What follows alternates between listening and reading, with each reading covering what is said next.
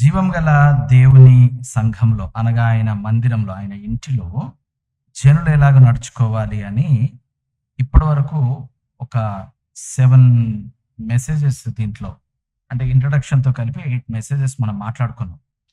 ఈరోజు ఆఖరి వర్తమానంలోకి వస్తున్నాము. లాస్ట్ వీక్ది కొంచెం మీకు గుర్తు చేస్తున్నాను. Relationship among the church, with in the church, అంటే ఒకరితో ఒకరు ఎలా ఉండాలి అనే వరకు మనం వచ్చాం. సంఘంలో రకరకాల కేటగిరీస్ ప్రజలు ఉంటారు, నాయకులు ఉంటారు, సామాన్య ప్రజలు ఉంటారు. ఆ సామాన్య ప్రజల్లో పురుషులు, స్త్రీలు, యవనస్తులు, వీళ్ళంతా ఎలా ఉంటారు, వీళ్ళందరూ ఎలా ప్రవర్తించాలి, అదంతా మనం నేర్చుకున్న తర్వాత మనము ఒకరితో ఒకరు ఎలా ప్రవర్తించాలి, అంటే ఇంటర్పర్సనల్ రిలేషన్షిప్, ఇన్వర్డ్ అంటే మనలో మనము ఎలా జీవించాలి అనేది మనం మాట్లాడుకున్నాం. ఈ విషయాన్ని మనం అర్థం చేసుకోవడానికి లేఖనానుసారంగా కనుక మనం ప్రయత్నం చేస్తే, మనలో మనం ఎలా ప్రవర్తించాలి అని కనుక మనం ఆలోచిస్తే, మన పెద్ద రాకెట్ సైన్స్ ఏమి మనము తలంచాల్సిన అవసరం లేదు. మన శరీరంలో ఉన్నటువంటి ఒక్కొక్క అవయవము చక్కగా అమర్చబడి దాని పని చేసుకుంటూ సర్వ శరీరంతోటి ఎలా కోఆపరేట్ చేస్తుందో అలాగే మనం కూడా సంఘంలో ఉండాలి. అంతే, సింపుల్ ఎగ్జాంపుల్, ఇంకా అంతకుమించి ఇంకేం లేదు. మన శరీరంలో ఉన్నటువంటి ప్రతి అవయవం కూడా దానికి నెంబర్ 1 అమరిక ఉంది. అంటే ఈ చెయ్యి పుట్టినప్పటి నుంచి ఇక్కడే ఉంది, తల మీదకి వెళ్ళట్లా, ఇక్కడే ఉంటుంది, భుజం మీద నుంచే వేలాడుతుంది ఇలాగ. కొంతకాలం తర్వాత పైకి ఏమైనా వెళ్ళట్లా. అండ్ ఇది పని చేస్తుంది. ఎప్పుడు కూడా ఈ చెయ్యి కోసం పని చేయదు. నా మొహం కడుగుద్ది, నా తల నిమురుద్ది, నా షూ కడుతుంది. దీనికి ఇది ఎప్పుడు పని చేసుకుంటుందా అంటే ఎప్పుడు పని చేసుకోదు. ఎప్పుడు కూడా శరీరంలో ఉన్న ఒక అవయవము తాను జీవిస్తూ వేరే వాటికి ఉపయోగకరంగా ప్రవర్తిస్తూ ఉంటుంది. ఇది మనం సింపుల్గా అర్థం చేసుకోవాల్సినటువంటి విషయం. అసలు ఎందుకు జీవిస్తున్నామంటే, మరి నేను 10 మందికి పనికి రావద్దా? అది అనమాట శరీరంలో అవయవం యొక్క ఆలోచన. నా గుండె కొట్టుకుంటుంది, దానికోసం కొట్టుకోదు. అది బాడీ మొత్తానికి బ్లడ్ పంప్ చేయడానికి అది కొట్టుకుంటుంది. మనకేమనిపిస్తుంది అంటే, ఎందుకలా కొట్టేసుకుంటున్నావు, ఏమైంది నీకు అని. కానీ దానికి ఏమవులా, అది ఎందుకు శ్రమిస్తుంది, అది ఎందుకు పనిచేస్తుంది అని అంటే, సర్వ శరీరానికి పద్ధతిగా, రిథమిక్గా, time to time blood pump చేయడం దాని పని. ఇంకా సింప్లిఫై చేస్తున్నాను. Why each organ is existing and functioning అని ఆలోచిస్తే, టు సపోర్ట్ అదర్ ఆర్గన్స్. అంతే. శరీరంలో ఒక అవయవము ఎందుకు ఉంది, ఎందుకు ఇంత కష్టపడి పనిచేస్తుంది అని అంటే, శరీరంలో ఉన్నటువంటి ఇతర అవయవాలను బలపరచడానికి, తద్వారా సర్వ శరీరము క్షేమముగా ఉండి అభివృద్ధి చెందటానికి. ఇంటర్పర్సనల్ రిలేషన్షిప్స్, సంఘంలో ఒకరితో ఒకరం ఎలా ఉండాలి అనంటే, నా ఎగ్జిస్టెన్స్కి పర్పస్ ఏంటి అనంటే, ఎదుటి వాని యొక్క ఎడిఫికేషన్. అంతే. నాకేం మిగులుద్ది, నాకేం దొరుకుద్ది అని ఈ భూమి మీద ఒక్క మానవుడు తప్ప ఏ ప్రాణి అనుకోదు, ఏ జీవి అనుకోదు, మన శరీరంలో ఒక్క అవయవం కూడా అలా అనుకోదు. నేను చూడగానే నోరెళ్ళి గబా గబా తింటది. చేతులు ఏమంటాయి, నేను కుక్కుతాను, నోరు నమిలేసి ఎంజాయ్ చేస్తుంది. ఏనాడన్నా మీ చెయ్యి తిన్నదా? రోజు మీ చెయ్యి కలిపింది అన్నాన్ని, మీ కన్ను చూసింది, మీ చేతులు ముట్టుకున్నాయి. ఏనాడన్నా ఆ చేతి కడుపుకి ఏమన్నా తిన్నాయా ఎప్పుడన్నా? ఎప్పుడు నోటికి పెట్టడమే. నోరు అంటది, నేనేమన్నా తింటున్నానా, నమిలి పచన చేసి లోపలికే కదా నేను పంపిస్తున్నాను అంటది. లోపల ఉన్న జీర్ణ వ్యవస్థ ఏమంటది, నా కోసం ఏమన్నా తింటున్నానా నేను, నేను తింటే శరీరానికి బలం వస్తుంది. అంటే మరి ఎవరి కోసం బతకటా? That is a church. Nobody is living for themselves. వారి స్వార్థం కోసం మాత్రమే బతకట్లేదు, బతకడానికి తాపత్రయపడుతున్నారు. ఎందుకు అనంటే వాడబడాలి కదా, ఇతరులకు ప్రయోజనకరంగా ఉండాలి కదా, నేను చేయాల్సిన పని చేయాలి కదా, నా అసైన్మెంట్ ఫుల్ఫిల్ చేయాలి కదా. సో ఇంతటితోటి సంఘంలో ఒకరితో ఒకరు, ఒకరి పట్ల ఒకరు ఎలా ఉండాలి అనేది కంక్లూజన్ నేను ముగించేస్తున్నాను. ఈరోజు మనం కొంచెం ముందుకెళ్తున్నాం. సంఘము లోకముతో ఎలా ఉండాలి అని అడిగితే simple and straight one word answer ఏంటంటే సాక్షిగా ఉండాలి. అంతే. దాన్ని నేను కొంచెం ఎలాబరేట్ చేసి చెప్తాను. ఈరోజు ఎలా ఉండాలి? సంఘము లోకానికి ఎలా ఉండాలి? సంఘములో ఉన్న విశ్వాసులు సంఘంలో సాక్ష్యం చెప్పాలి. కాదు కాదు కాదు మనకు సాక్ష్యాలు చెప్పడంలో ఉన్నటువంటి ఉబలాటం సాక్షిగా జీవించడంలో ఉండదు. చిన్న స్లిప్ రాసి పంపిస్తాం, సాక్ష్యం చెప్పుకుంటాం. దానివల్ల పెద్ద ఒరిగేది ఏం లేదు. సాక్షిగా బ్రతకాలి. After all God called us to live as a witness.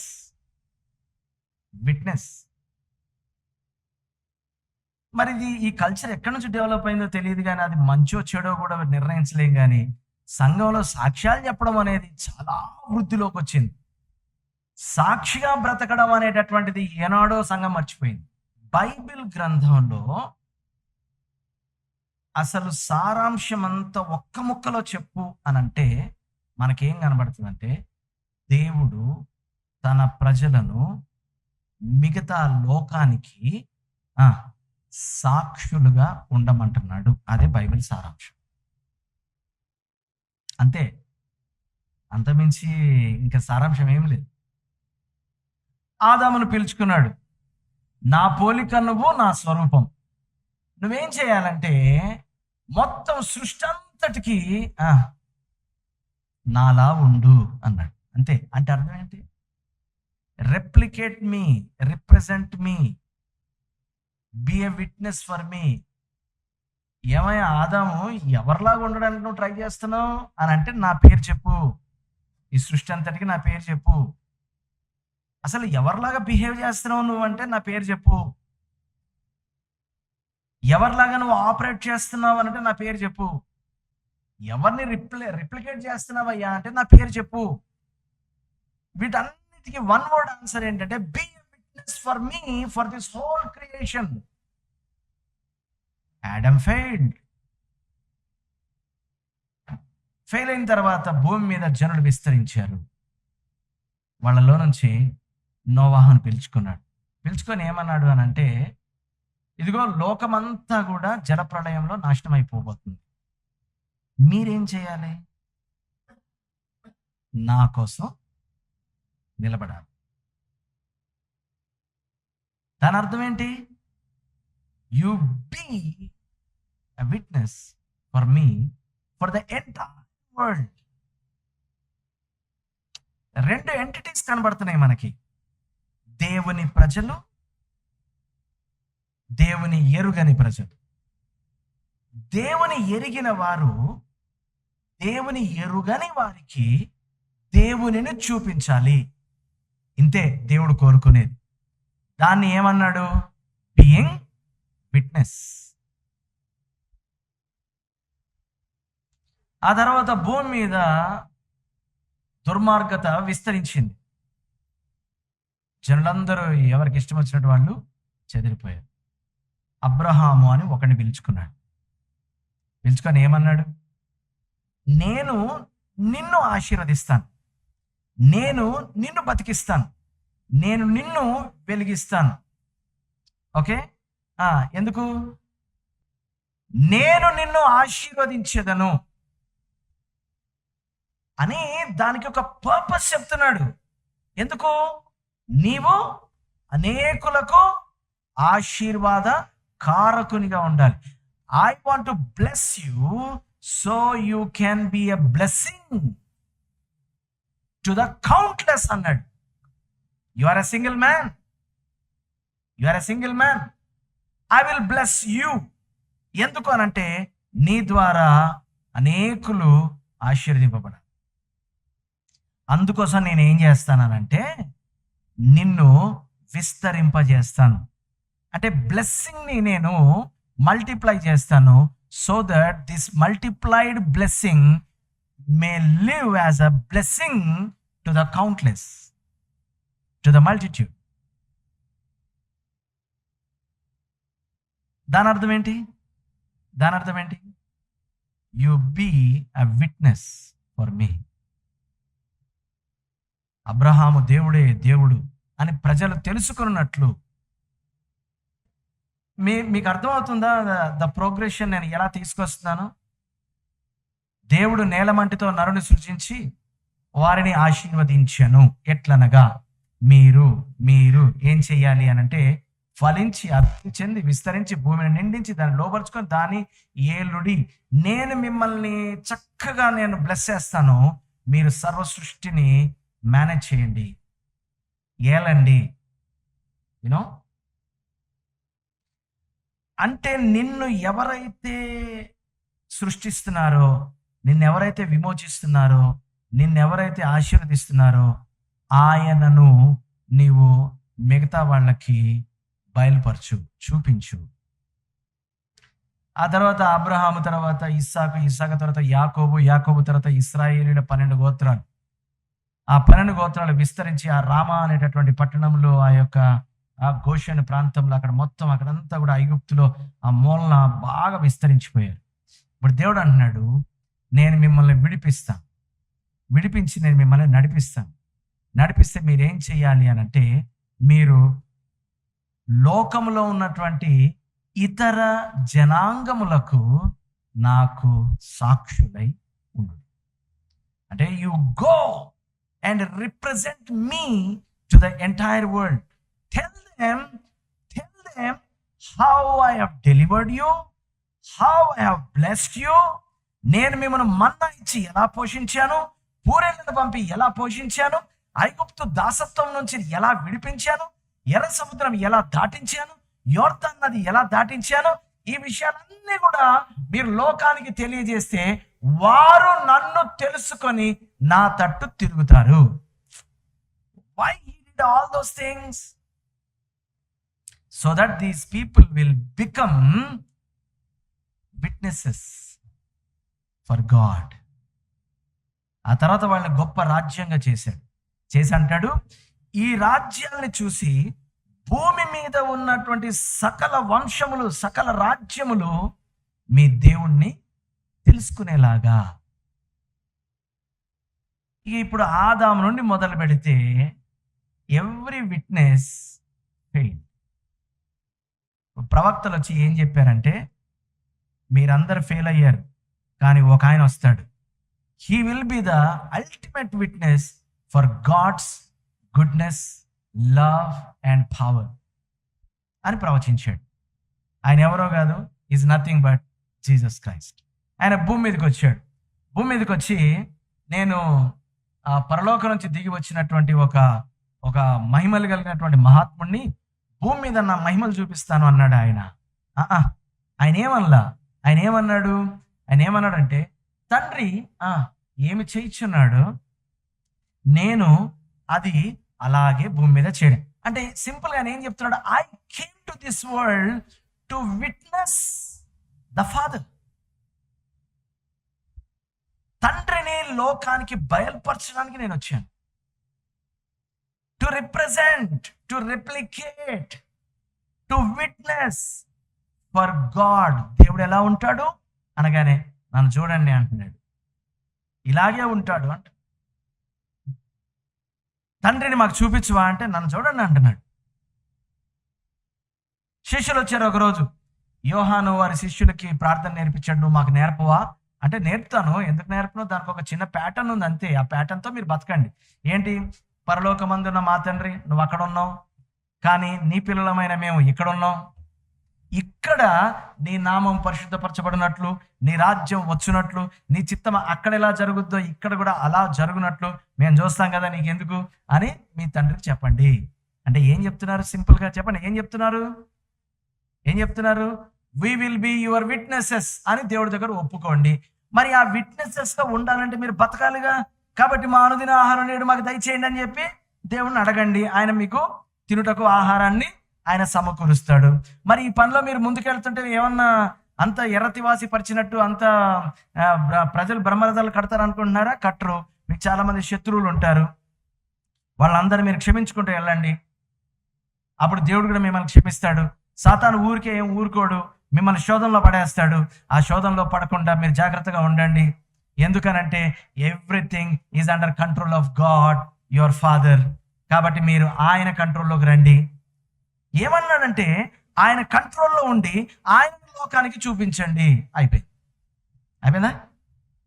యేసుక్రీస్తు వారు వెళ్తే బాయ్ బాయ్ అని చెప్తూ ఏం చెప్తున్నాడు? ఇదిగో నేను వెళ్ళిపోతున్నాను, మీరేం చెయ్యాలి? సర్వలోకానికి వెళ్ళి ఏం చేయాలి? సర్వలోకానికి వెళ్ళి ఏం చేయాలి? సువార్తను ప్రకటించాలి, శిష్యులను చేయాలి. ఇదంతా పెద్ద పెద్ద మాటలండి ఇవన్నీ. అందుకే ఆయన శిష్యులుగా ఉన్న వాళ్ళని అంతియోక అనే ప్రాంతంలో క్రైస్తవుడు అన్నారు. అంటే అర్థం ఏంటి? క్రీస్తును చూపించేవాడు ఇక్కడ కూడా దాపురించాడు అన్నారన్నమాట. ఏమన్నారు? క్రీస్తును చూపించేవాడు. మనం అంటాం కదా, కొందరు చూసి అరే చిరంజీవి ఇక్కడ రారా అంటాం. ఎందుకు? ఆడంతా చిరంజీవిలా చేస్తూ ఉంటాడు, ఆడంతా రజనీకాంత్లా చేస్తుంటాడు. అలా పిలిచారనమాట. అరే చిన్న క్రీస్తుకి ఇక్కడ రా అన్నారనమాట. ఏంట్రా మొత్తం క్రీస్తు చేసినట్టు చేస్తున్నావు ఏంట్రా నువ్వు? నిన్ను కూడా వేసేయమంటావా లోపల? నిన్ను కూడా బెత్తాలతో కొట్టమంటావా? నిన్ను కూడా చేస్తాను వేయమంటావా? అంటే వేస్తే వేయి కానీ మేము క్రీస్తుకు సాక్షులము అని. ఏమని చెప్పారు? క్రీస్తుకు సాక్షి. ఆయన మరణించి పునరుద్ధానుడై తిరిగి లేచిన తర్వాత 40 దినములు 40 రాత్రులు శిష్యులతో ఉండి ఏం చూపించాడంటే తాను సజీవుడను అని వారికి నిదర్శనం చూపించి, మరి మీకు అర్థమైందా నేను బతికే ఉన్నాను కదా, ఉన్నానా లేదా అని అంటే పక్కా అర్థమైందండి మాకు అని అనేక రుజువులు చూసి వాళ్ళు అర్థం చేసుకున్న తర్వాత ఇప్పుడు అంటున్నాడు, మీరు యెరూషలేములోను యూదయ గలిలయ దేశముల యందంతటను భూమి యొక్క దిగంతముల వరకు చెప్పాలి నాకు. That was his final message. Now tell me the church, what God is expecting from you? మా ఊళ్ళో ఎప్పటికైనా చర్చి కట్టాలండి, కడితే ప్రభువు సంతోషపడతాడు. అవునా?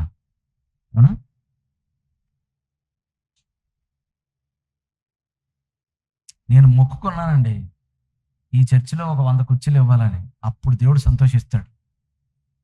అవన్నీ secondary. The first thing is know him and let the world know him through you. అంతే. నీవు ఆయనను ఎరిగి లోకము ఆయనను ఎరుగునట్లు వారి ఎదుట నేను ఆయనకు సాక్షులుగా చూపించాను. లోకానికి మనకున్న సంబంధం ఏంటి? సాక్షులం. వీరెవరు? క్రీస్తుకు సాక్షులు. అందుకనే వాళ్ళు మనల్ని ఏమని పిలుస్తారు? క్రైస్తవులు అంటే క్రిస్టియనా అని పేరు పెట్టుకున్నవాళ్ళు, క్రిస్టాఫర్ అని పేరు పెట్టుకున్నవాడు, ముసుగేసుకొని తిరిగేవాడు, బొట్టు లేకుండా తిరిగేవాడు. ఇవన్నీ బాగానే పాటిస్తామమ్మా, ఇవన్నీ బాగానే పాటిస్తాం. చిచ్చి మేము బొట్టు పెట్టుకోమమ్మా, మేము క్రైస్తవులు. బొట్టు పెట్టుకోనోడు క్రైస్తవుడు అని బైబిల్లో లేదు.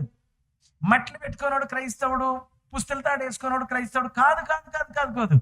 క్రీస్తును ప్రతిబింబింపజేసేవాడు, క్రీస్తును కనబరిచేవాడు క్రైస్తవుడు. మనమేమనుకుంటామంటే మెడలో పుస్తల తాడు మీద సిలువ ఉంటే క్రీస్తుని చూపిస్తున్నామేమో అనుకుంటాం. తప్పది.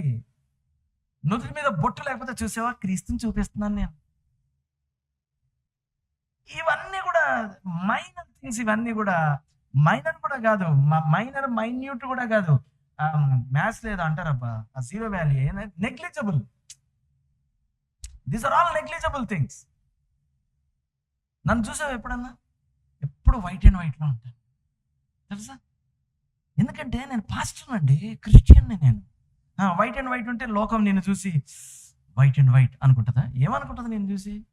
మా నాన్న జీవితాంతం వైట్ అండ్ వైటే వేసాడు. ఎందుకంటే ఆయన రైల్వేలో స్టేషన్ మేనేజర్గా ఉండేవాడు కాబట్టి వైట్ అండ్ వైట్ వేసాడు. ఎందుకు?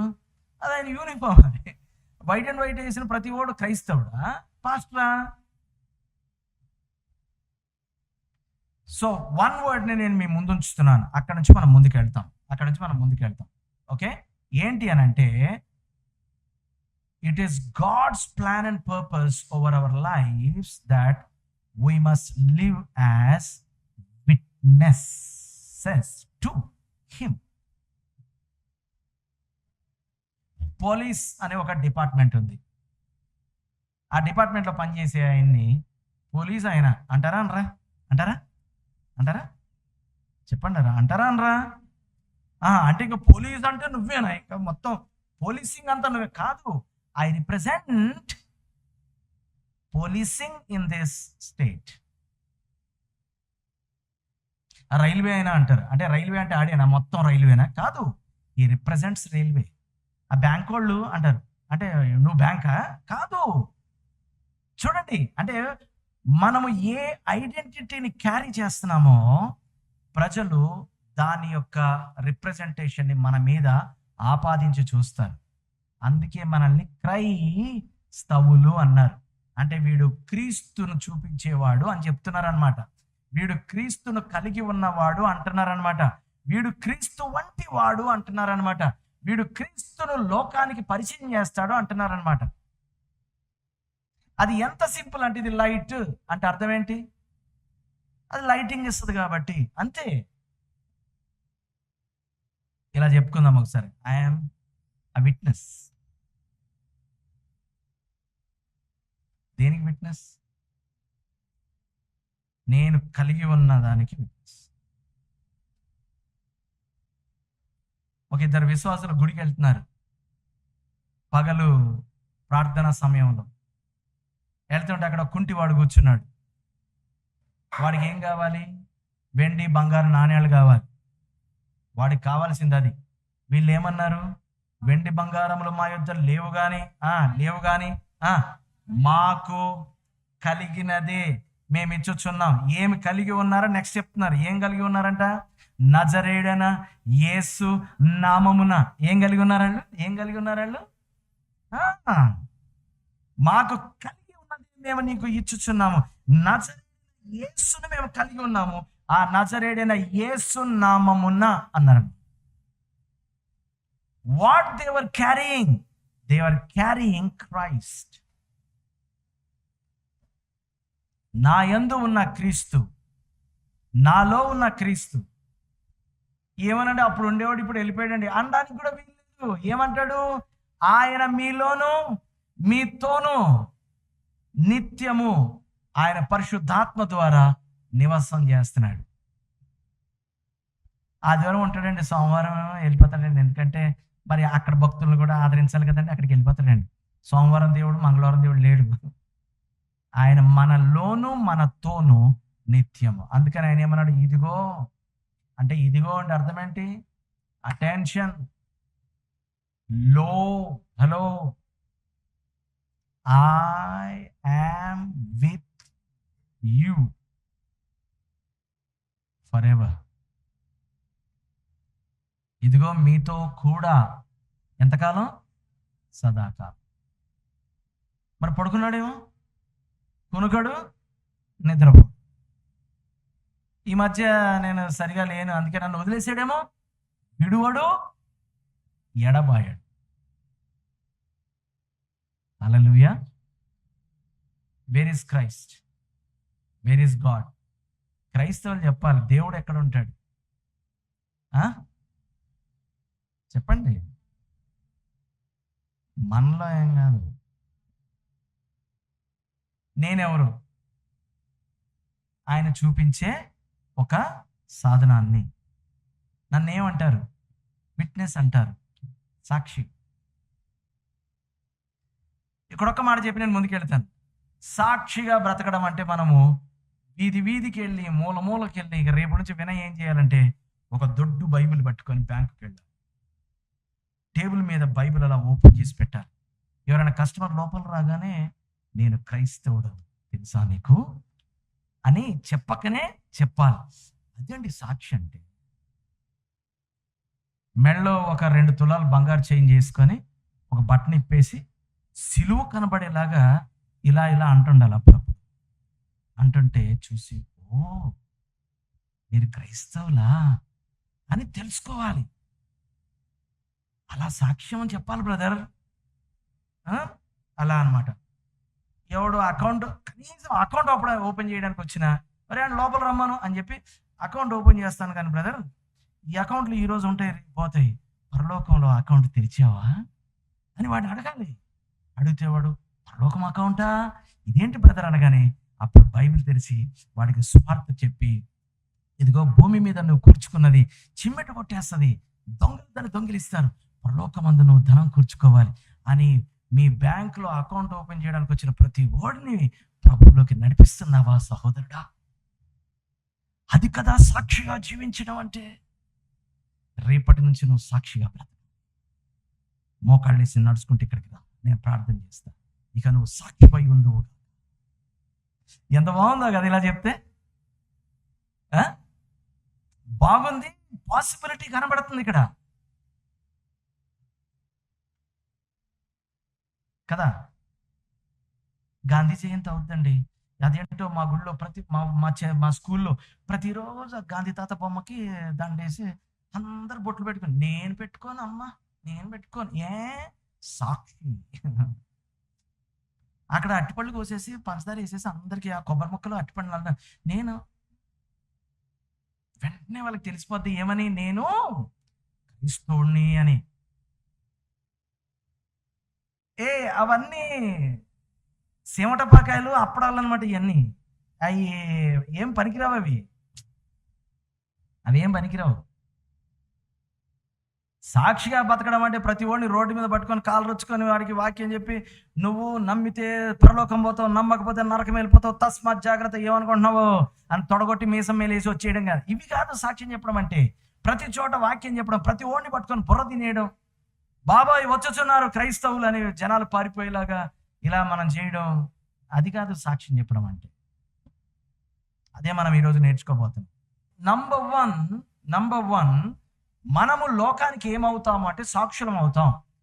బైబిల్ గ్రంథంలో ఆది కాండం నుంచి నేను కొత్త నిబంధన వరకు నేను చెప్పుకుంటూ వచ్చాను. దేవుడు ప్రతి ఒక్కరిని కూడా తన కొరకు సాక్షులుగా ఉండడానికి ఆయన పిలుచుకుంటున్నాడు. ఫెయిల్ అయిన ప్రతిసారి మరొకరిని పిలుచుకుంటున్నాడు. అల్టిమేట్గా యేసుక్రీస్తు అనే సాక్షి వచ్చాడు, మనల్ని సాక్షులుగా జీవించమని సవాల్ చేసి వెళ్ళిపోయాడు. సో మనం లోకంలో సాక్షులము. మనము దేనికి సాక్షులం? మా గేదె తప్పిపోయిందండి, గేదె దొరికేసిందని యేసుప్రభు పేరిట ప్రార్థన చేయగానే దానంతట అదే మెడలో ఎవడో కానీ ఇంత పలుపు కట్టేసాడండి, పలుపు తాడు కట్టేసి ఇంత దొంగ కట్టేసాడండి. అయినా తెంపుకుంటూ దాని అరుపు అండి నాకు నిద్రలో ఎలా వినబడుతుందంటే అన్నట్టు వినబడుతుందండి. వచ్చేసిందండి మా గేదె. ఏమి కాదు సాక్ష్యాలు. ఏదో దానికి నేను బుర్ర తిరిగింది, అక్కడెక్కడో పచ్చిగడ్డి దొరికింది, మళ్ళీ ఆ పచ్చిగడ్డి అయిపోయింది, మళ్ళీ నీ దగ్గరకు వచ్చి ఇక్కడ మేస్తుంది అంతే. These are very simple things అంతే. దూడపాలు తాగలేదండి, సాక్ష్యం చెప్పుకుందామని వచ్చానండి, దూడపాలు తాగలేదండి. అలా పొదుమి చేయబెట్టి ఏసునామని అన్నానండి, దెబ్బకి దూడ పరిగెత్తుకొచ్చి పాలు తాగేసిందండి. సాక్ష్యం బాగుంది. సాక్ష్యం చెప్పి నువ్వు సాక్షి అనుకుంటే తప్పు. అది మీరు అర్థం చేసుకోవాలని ప్రయత్నం. సాక్ష్యాలు చెప్పొద్దు అనట్లా. మీరు సాక్ష్యాలు చెప్తారే, ఆ సాక్ష్యాలు చెప్పడాన్నే సాక్షిగా జీవించడం అని పొరపాటు పడకండి. అది నేను చెప్తున్నా. హలో,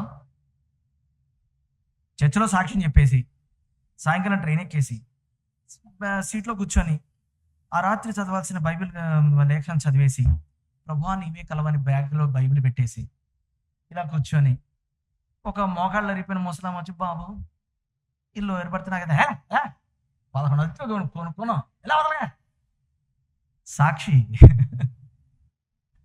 సాక్షి తెలుసా ఎందుకు? బైబిల్ తల దగ్గర పెట్టుకొని పడుకోవద్దా నేను? అందుకే కదా నేను లోయర్ బర్త్ బుక్ చేసుకున్నాను. లోయర్ బర్త్లో పడుకుంటే ప్రభు నాకు ప్రత్యక్షం అవుతాడు ఈ రాత్రి. ఎవడరాడు పనికి మన లేదవా, ముసలావిడ మీద ఇలా గరుతున్నాడు అని లోకం అనుకుంటుందా? లేకపోతే నీ యొక్క సత్క్రియలు చూసి బాబు ఏం చేస్తావు నువ్వు అని అడుగుతుందా?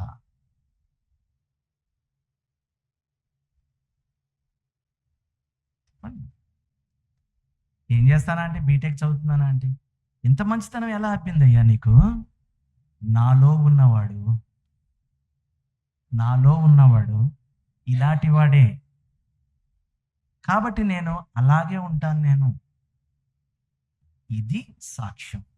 బైబిల్ మూసేవు కదా, బైబిల్తో సంబంధం లేదు కదా సాక్ష్యం చెప్పడానికి. మనమేమనుకుంటామంటే ఆ రైలు పెట్టులో ఉన్న వాళ్ళందరి ముందు ఇలా బైబిల్ గ్రంథాన్ని ఇలా చదువుతుంటే బిడ్డ క్రైస్తవుడు అనుకుంటా అని అనుకుంటే దాని సాక్ష్యం అనుకుంటాం మనం.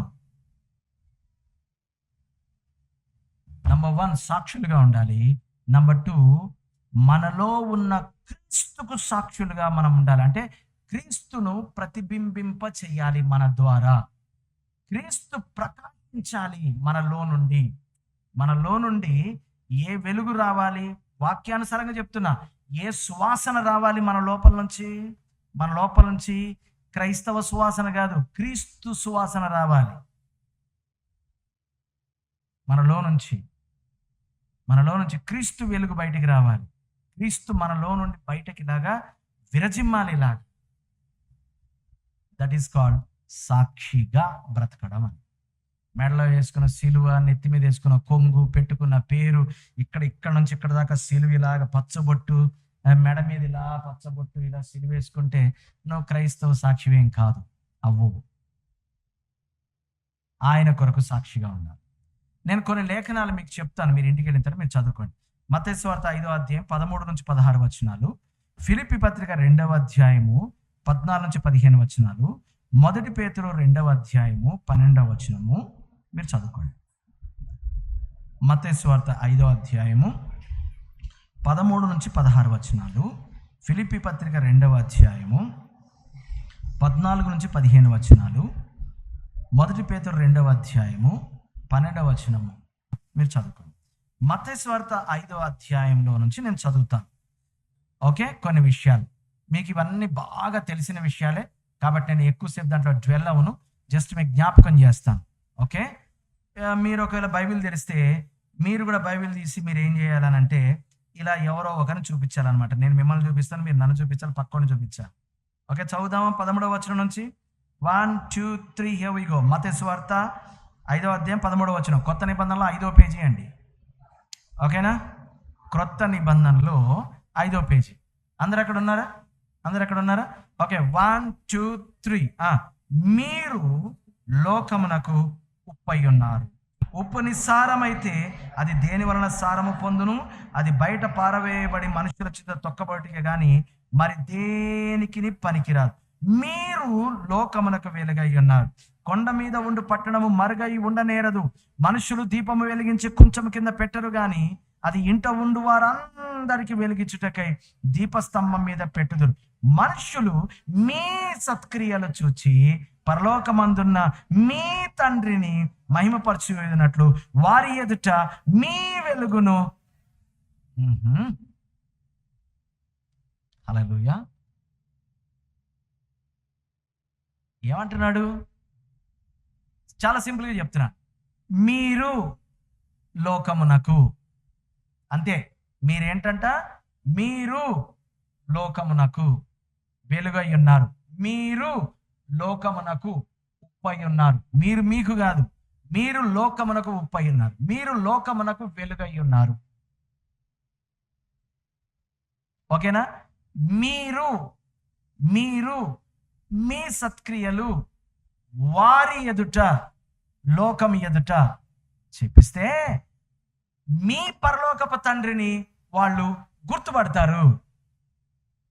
అర్థమైపోయిందా? సింపుల్గా ఇక్కడ ఒక బాటమ్ లైన్ నోట్ ఏంటి అనంటే, ఒకవేళ ఆ లోకానికి మీ దేవుణ్ణి కనబరచకపోతే నిస్సారమైపోతారు, మంచం కింద కొంచెం కింద పెట్టిన దీపంలాగా అయిపోతారు, పనికి మాలినట్టు అయిపోతారు, పందులు దొక్కడానికి మనుషులు దొక్కడానికి కూడా పనికిరారు మీరు అని చెప్తున్నాడు. అంటే మీరు ఏమైతే అయి ఉన్నారో దానిగా మీరు వాడబడకపోతే మీరు నిష్క్రియాత్మకము, నిష్ఫలము అయిపోతారు. చివరికి నిరర్థకమైపోయి మనుషుల చేత తొక్కబడడానికి, ఏ మనుషులకైతే నువ్వు సాక్ష్యంగా ఉండాలో అదే మనుషుల చేత తొక్కబడ్డానికి కూడా నువ్వు పనికిరావు. This is called be a witness. ఇక 2 విషయాలు మనకి ఎప్పుడు కనబడతాయి: ఉప్పు, వెలుగు. ఓకే, ఉప్పు అంటే ఏంటి, వెలుగు అంటే ఏంటి? అంటే ఇంటింటికి వెళ్ళి ఉప్పు పంచాలి. పంచి ఇదిగో లెక్క పెట్టుకోండి, మీరు అందరు నా ఉప్పు తిన్న వాళ్ళే. పొద్దున్నే బండి మీద ఉప్పు అని వస్తుంటే కొన్నాను మీకోసమే, ఒక 10 కేజీలు కొని ఇంటింటికి 1/4 కేజీ పంచాను. ఉప్పు బైబిల్లో దేనికి అని అంటే, మీ సంభాషణ ఏంటట? సంభాషణ. యావత్తువే నువ్వు నా బింది తీసి పక్కన పెట్టి నువ్వు వచ్చేస్తుందండి. లేకపోతే మరి చర్చికి వెళ్ళాలని టైం అయిపోతుంది. చర్చికి వెళ్ళడానికి కొలాయి కాడ బిందెట్టి వీధిలో ఉన్న వాళ్ళందరితో గొడవెట్టి 4 టన్నులు అన్నేసి కచ్చబోసుకొని మళ్ళీ అవన్నీ దింపేసి అంతా సర్దేసుకొని గుడికి వచ్చేసావు అనమాట.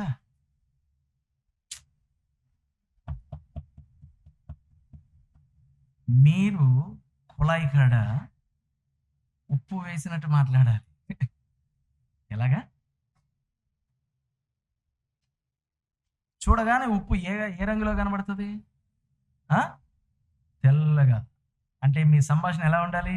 స్వచ్ఛంగా. తెల్లగా ఉండాలి కదా, మేము మాట్లాడే పళ్ళకి ఇచ్చుకుంటూ మాట్లాడమని కాదు. తెల్లగా అంటే ఏంటంటే స్వచ్ఛంగా.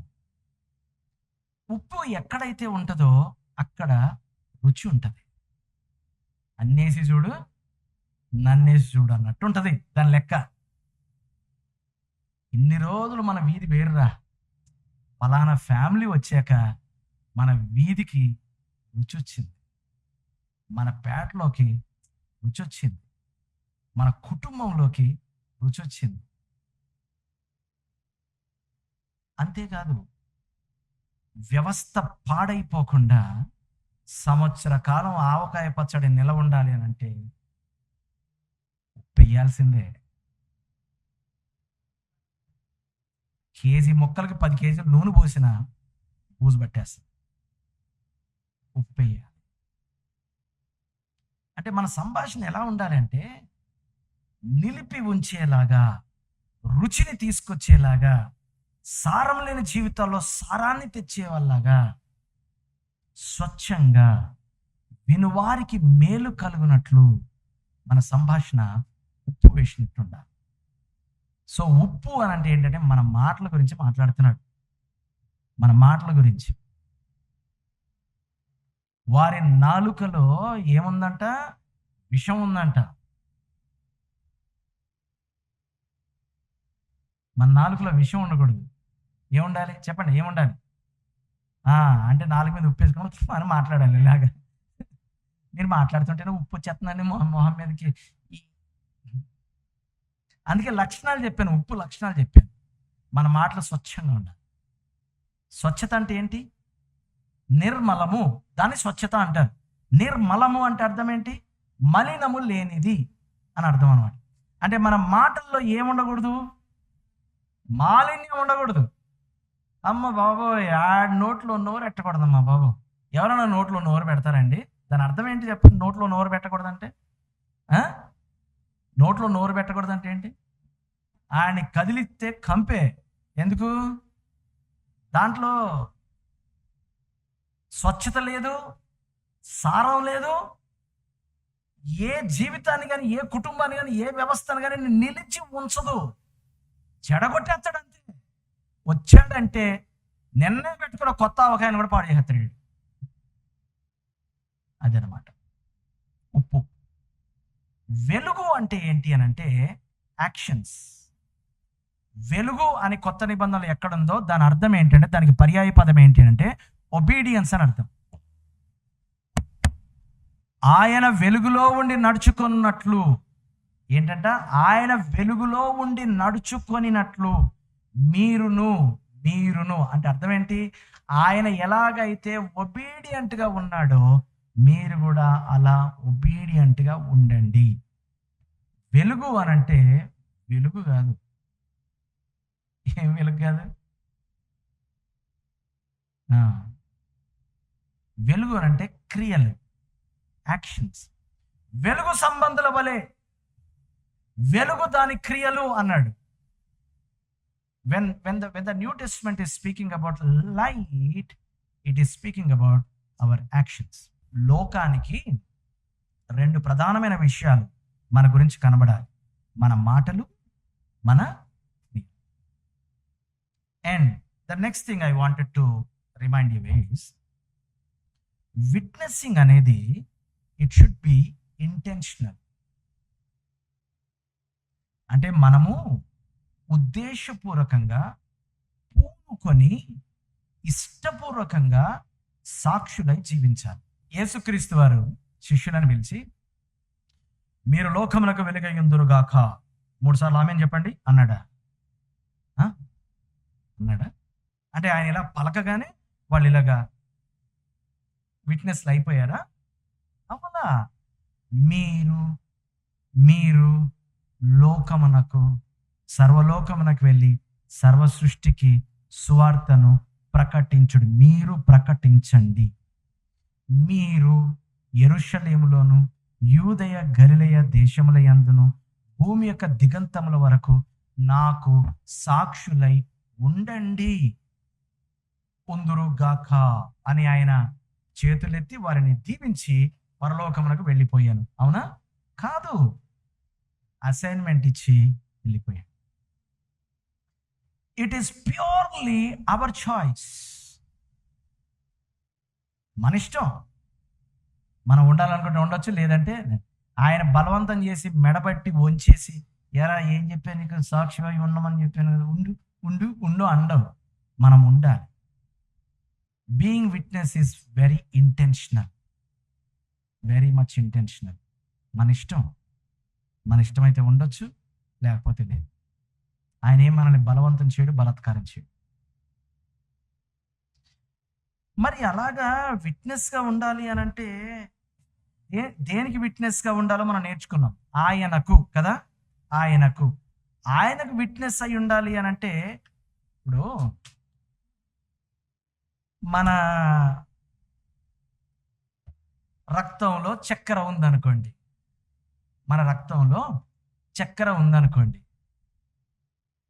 ఓ 10 ml రక్తం ఇలా తీసి పరీక్ష చేస్తే ఆ రక్తము దేనికి సాక్షిగా మారుతుంది? కదా? ఇది చూసి, ఈ రిపోర్ట్ చూసి, మీ బ్లడ్లో షుగర్ ఉందండి, ఈ 10 మిల్లీలీటర్ల రక్తం మీలో ఉన్న చక్కెర శాతానికి సాక్షి. అర్థమవుతుంది ఏమన్నా? ఓ 4 వేసుకొని ఒక కెమెరామ్యాన్ రాంబాబుతో గంగ పరిగెట్టుకొస్తుంది, ఇలాగా తలుపులు బద్దలు కొట్టుకొని, గోడలు బద్దలు పట్టుకొని, ఆగండి మీ పేస్ట్లో ఉప్పు ఉందా అంటది వచ్చి. లేదే, ఏం పర్వాలేదు, మీ పేస్ట్లో ఉప్పు లేకపోయినా కచికబుడితో కడుక్కోవచ్చు. కచికబుడిది అంటే ఏంటండి అని పెట్టకండి, అది ఒకటి ఉంటుందిలేండి, మా కాలంలో ఉండేది. బొగ్గు పెట్టుకొని కడుక్కోవచ్చు, కోల్గేట్ పౌడర్ వేసుకొని కడుక్కోవచ్చు, ఏం వేసుకొని కడుక్కోవచ్చు, ఉట్టిగా ఉప్పు వేసుకొని కూడా కడుక్కోవచ్చు. మీ టూత్ పేస్ట్లో ఉప్పు ఉందా లేకపోయినా పర్వాలేదు, కానీ మీ జీవితంలో క్రీస్తున్నాడా? ఉంటే కనబడాలి. ఎక్కడ కనబడాలి?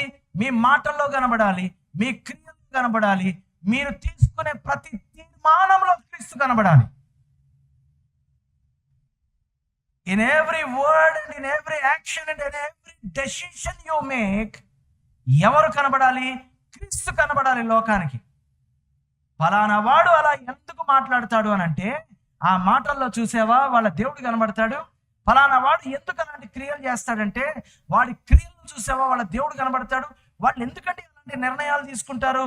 ఎందుకంటే వాళ్ళ ప్రతి నిర్ణయంలో వారు తమ దేవుణ్ణి ఇన్వాల్వ్ చేస్తారు. దేవుడు చెప్తాడు, వీళ్ళు చేస్తారు. వాళ్ళ నిర్ణయాల్లో దేవుడు ఉంటాడు, వాళ్ళ యొక్క మాటల్లో దేవుడు ఉంటాడు, వాళ్ళ యొక్క క్రియల్లో దేవుడు ఉంటాడు. ఎందుకు అంటే వారు క్రీస్తును కలిగిన వారు. వారి టూత్పేస్ట్లో ఉప్పు ఉంటుందో లేదో తెలియదు, కానీ వారి మాటల్లో క్రీస్తుంటాడు, వారి క్రియల్లో క్రీస్తుంటాడు, వారు తీసుకునే నిర్ణయాల్లో క్రీస్తుంటాడు. అదేంటండి ఆ అమ్మాయికి అలాంటి చేశారు ఏంటి, వెనక ముందు చూసుకోరా అంటే అది వారి ప్రభువుకు ఇష్టమాయనంట, అందుకు చేశారు వాళ్ళు.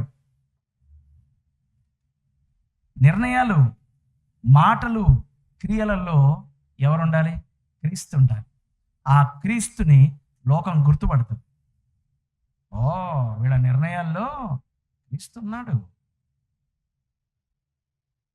ఏమా ఎందుక కోర్స్ అవుతున్నావు అంటే ఈ రోజుల్లో అదే ట్రెండింగ్ కదండి. మనం ఏం పని చేయకపో ఊరికి అలా కూర్చుంటే డబ్బులు వచ్చేస్తాయండి. ఓ, ఈ నిర్ణయంలో ఏముంది? ఈ నిర్ణయంలో ఏముంది చెప్పాలి? ఏముంది? డబ్బు ఉంది, క్రీస్తు లేడు.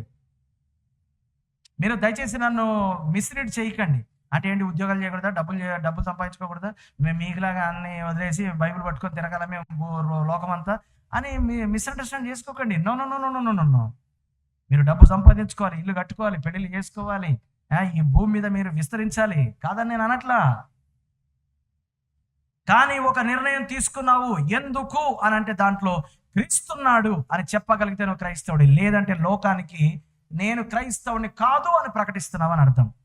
ఈ మాటలు నువ్వు ఎందుకు మాట్లాడుతున్నావు అంటే ఈ మాటలు క్రీస్తును గూర్చిన మాటలు, క్రీస్తును అనుసరించే మాటలు, క్రీస్తు వలన ప్రేరేపింపబడిన మాటలు అని లోకానికి అర్థం కాకపోతే you are not a Christian. నువ్వెందుకు ఇలాంటి క్రియలు చేస్తున్నావు అని అంటే నాలో ఉన్న క్రీస్తు ఇలాంటి పనులు చేయిస్తున్నాడు. వాక్యం అంటుంది మీలో ఉన్నవాడు. ఎవరున్నారు మీ లోపల? మీలో ఉన్నవాడు లోకంలో ఉన్నవానికంటే గొప్పవాడు. సో మనలో ఎవరున్నారు? నేను అంగీకరించిన నాటి నుండి, నేను ఆమెన్ అన్న నాటి నుండి, నేను నా నోటితో ఒప్పుకున్న నాటి నుండి నాలో ఎవరున్నారు? నేను ఆహ్వానించిన క్రీస్తు తన పరిశుద్ధాత్మ ద్వారా నివాసం చేస్తున్నాడు అని లోకానికి ఏంటి రుజువు చెప్పండి? నా మాటలు, నా క్రియలు, నా తీర్మానాలు. ఎందుకు ఆ నిర్ణయం తీసుకున్నాడు? బాగానే ఉండేవాడుగా, ఎందుకు అమెరికా వెళ్ళిపోయాడు అని అంటే ఆ నిర్ణయం వెనకాల ఏం కనబడాలి? చెప్పండారా, ఎందుకంత బ్లాంక్ అయిపోతున్నారు? నేను ఇంత ఇంత ఇంత ఘోషిస్తున్నాను, నేను మీరెందుకు బ్లాంక్ అయిపోతున్నారు? ఆ తీర్మానంలో ఎవరు కనబడాలి? మనకి మన అక్క, మన బామ్మర్ది, మన తాత, మన మేనమామ, డబ్బులు, లేకపోతే ఘనత, గౌరవాలు, ఇవన్నీ కనబడతాయి మనకి. మన నిర్ణయాల్లో ఏం కనబడాలంటే క్రీస్తు కనబడాలి. మన మాటల్లో ఎవరు కనబడాలంటే క్రీస్తు కనబడాలి. మన క్రియల్లో ఎవరు కనబడాలంటే క్రీస్తు కనబడాలి. అప్పుడు నువ్వు బొట్టు పెట్టుకున్నా ఓకే, పెట్టుకోకపోయినా ఓకే, ముసుగు వేసుకున్నా ఓకే, వేసుకోకపోయినా ఓకే, నీ పేరు కృష్ణపరైనా ఓకే, నీ పేరు కృష్ణస్వామి అయినా okay, anything be okay, anything be. అవన్నీ తూచ్, అయ్యన్నిటిదే. వాటి వలన క్రీస్తు కనబడ్డు. నువ్వు చేసే పనులు, తీసుకునే తీర్మానాలు, వాటిలో నుంచి క్రీస్తు కనబడతాడు. అప్పుడు లోకం నిన్ను క్రైస్తవుడు అంటుంది. That is called Christianity. మన కీ టెక్స్ట్లోకి వచ్చేద్దామా? 1 తిమోతి పత్రిక 3వ అధ్యాయము 15వ వచనం. 1 తిమోతి పత్రిక 3వ అధ్యాయం 15వ వచనం. సంఘము దేవుని యొక్క ఇల్లు. మన యొక్క ప్రవర్తన క్రీస్తును ప్రతిబింబించేదిగా ఉండాలి. సంఘంలో ఉన్నటువంటి ప్రతి విశ్వాసికి కూడా సంఘంలో పాత్ర ఉంది. అలాగే సంఘంలో ఉన్న విశ్వాసులందరికీ లోకంలో చేయాల్సిన పని ఉంది. ఏంటంటే లోకానికి నీవు ఒక క్రైస్తవునిగా, క్రైస్తవురాలిగా కనబడాలి. చెప్పుకోకర్లే. ఒక మంచి స్పీకర్ ఉండేవాడు, చనిపోయాడులేండి, మీకు అందరికీ తెలుసు. ఆయన్ని ఒక స్టూడెంట్ బాడీ ఒక ఇంజనీరింగ్ కాలేజీలో ఒక క్వశ్చన్ అడిగాడు. యేసుక్రీస్తు దేవుడు అని బైబిల్ ఎక్కడన్నా చెప్పుకున్నాడా? చూపించండి అన్నాడు. ఎవరు ఊహించని షాకింగ్ రెస్పాన్స్ ఇచ్చాడు ఈయన. మగధీర సినిమా చూసావా అన్నాడు ఈయన. వా పాస్టర్ గారు అయ్యండి మగధీర అనొచ్చా సినిమా? ఏం కాదు ఇక్కడ ఇవేం కాదు. అంటే మనము అన్ని స్పిరిచువలైజ్ చేసేసి క్రైస్తవులం అని ఫీల్ అవుతాం. అర్థమవుతుందా? అలా చెప్తారండి ఎవడన్నా? స్ట్రైట్, ఏం తడుముకోకుండా. మేమందరం షాక్ అయ్యాం ఇలా. అసలు తడుముకోవడం ఏంటండి బాబు, ఈయన ఏం జ్ఞానం ఇచ్చాడు దేవుడు ఈయనకి అనిపించింది మాకు. బైబిల్లో ఎక్కడైనా యేసుక్రీస్తు నేను దేవుడను అని చెప్పుకున్నాడా అని అంటే మగధీర సినిమా చూసేవాను. చూసాను. మగధీరలో హీరో ఎవరు? రామ్ చరణ్. ఎక్కడన్నా సినిమా మొత్తం మళ్ళీ ఇంటికి వెళ్ళి చూడు, ఎక్కడన్నా నేను ఈ సినిమాలో హీరోనండి అని ఎప్పుడన్నా చెప్పాడా అని అన్నాడు. చెప్పాడు ఎప్పుడన్నా? చెప్పాడా? నీకు ఎవడు చెప్పాడు హీరో అని? ఎవడు చెప్పాడు? పోనీ టైటిల్స్ లో పడేటప్పుడన్నా హీరో రామ్ చరణ్ అని వేసాడా? ఇలా నీకు అర్థమైంది కదా, రామ్ చరణ్ హీరో అని మగధీర సినిమా చూస్తే నీకు అర్థమైపోయింది. అర్థమైందా? బైబిల్ చదువు, క్రీస్తు హీరో అని అర్థమైపోయింది. నన్ను చదువు, నేను క్రైస్తవుడని నీకు అర్థం కావాలి. అర్థం కాకపోతే నేను ఇంకా కొంచెం కృషి చెయ్యాలి. హలో హలో మీరెవరండి? రాజమండ్రిలో సామాన్యంగా అడిగే ప్రశ్న కదా. అప్పుడు మనం ఏం చేయాలంటే, నన్ను చూడు, నన్ను స్టడీ చేయి, నన్ను అబ్జర్వ్ చేయి. 3 నెలల తర్వాత మళ్ళీ మీ ఇంటికి వస్తాను, నేనెవరో నువ్వే చెప్పు. నువ్వు అడక్క నన్ను. యోహాను శిష్యులు వచ్చి యేసుక్రీస్తుని అడిగారు, నువ్వు ఎవరెవరో అనుకుంటున్నారు, మా గురువుగారు ఏమో ఆ మెస్సయ్య నువ్వేనా అని డౌట్ వచ్చింది, కనుక్కోమన్నాడు అని. యేసుక్రీస్తు, ఎందుకురా డౌట్, ఎందుకురా? నా జులపాలు చూడు, నా గడ్డం చూడు, నా అంకి చూడు, నేను చేసే బోధలు చూడు. అప్పటికైనా బోధలు చేస్తున్నాడు కదా, ఇవన్నీ చూడు, నేను ఎవరో అర్థం కావట్లేదు మీకు, ఏం బుర్రలరా మీరు, ఏం తలకాయలరా అన్నాడా? 2 మాటలు చెప్పాడు ఆయన, కమ్ అండ్ సీ అని. అండ్ దే కేమ్ అంట. వాళ్ళు వచ్చారంట. ఆ రోజు వస్తే వాళ్ళతో ఏమనంటే స్టే అండ్ గో అన్నాడు. 2 ముక్కలు, come and see, stay and go. వచ్చి చూడండి, ఈ రాత్రి మా ఇంట్లో బస చేసి వెళ్ళండి. వారు వెళ్ళి ఇతడు నిజముగా మెస్సయ్య అని చెప్పారు.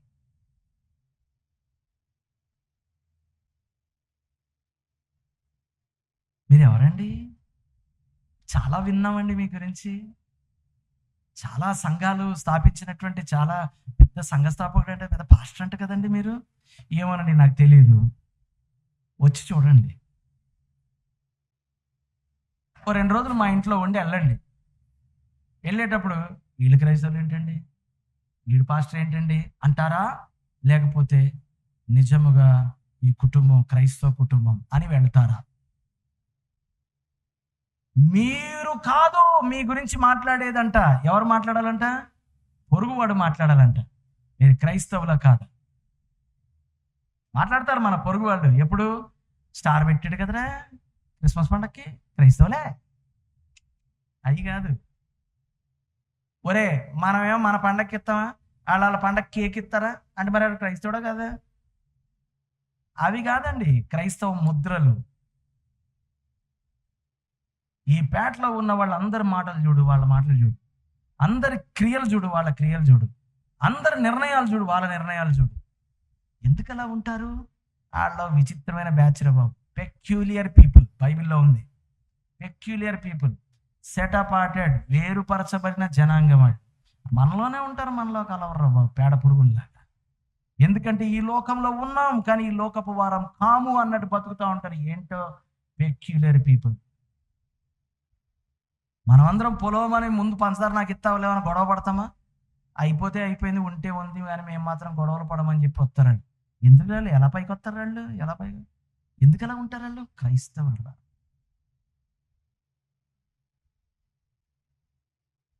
హలో, మనము లోకానికి, జీవం గల దేవుని సంఘములో మందిరంలో ఉన్న మనము లోకమునకు సాక్షులై జీవించాలి. తలవంచుకుందాం, ప్రార్థన చేసుకుందాం. తండ్రి మీకు వందనాలు తెలియజేస్తున్నాం ప్రభా. ఈ ఉదయకాల సమయంలో కూడి వచ్చిన ప్రతి ఒక్క బిడ్డను మీద ఆశీర్వదించి దీవించి వర్ధిల్ల చేసి మీ కొరకు ఈ భూమి మీద సాక్షులుగా జీవించే కృపను మాకు దయచేయమని ప్రభా. ఒకవేళ మా స్నేహితులు, మా బంధువులు, మా ఇరుగు పొరుగు వారి ఎదుట మేము క్రైస్తవులముగా మా మాటలు, మా యొక్క క్రియలు, మా తీర్మానాలు లేకపోతే ఆ స్థాయికి మేము ఎదగడానికి, కృషి చేయడానికి మాకు సహాయం దయచేయమని ప్రాక్టీసింగ్ ప్రోగ్రెసింగ్ క్రిస్టియన్స్గా మమ్మల్ని నిలబెట్టుకొని తద్వారా పరలోకమందున్న మీ నామము మహిమపరచబడాలని మమ్మల్ని మేము మీ చేతులకు అప్పగించుకుంటూ యేసు అతి పరిశుద్ధ నామం అడుగుతున్నాం తండ్రి.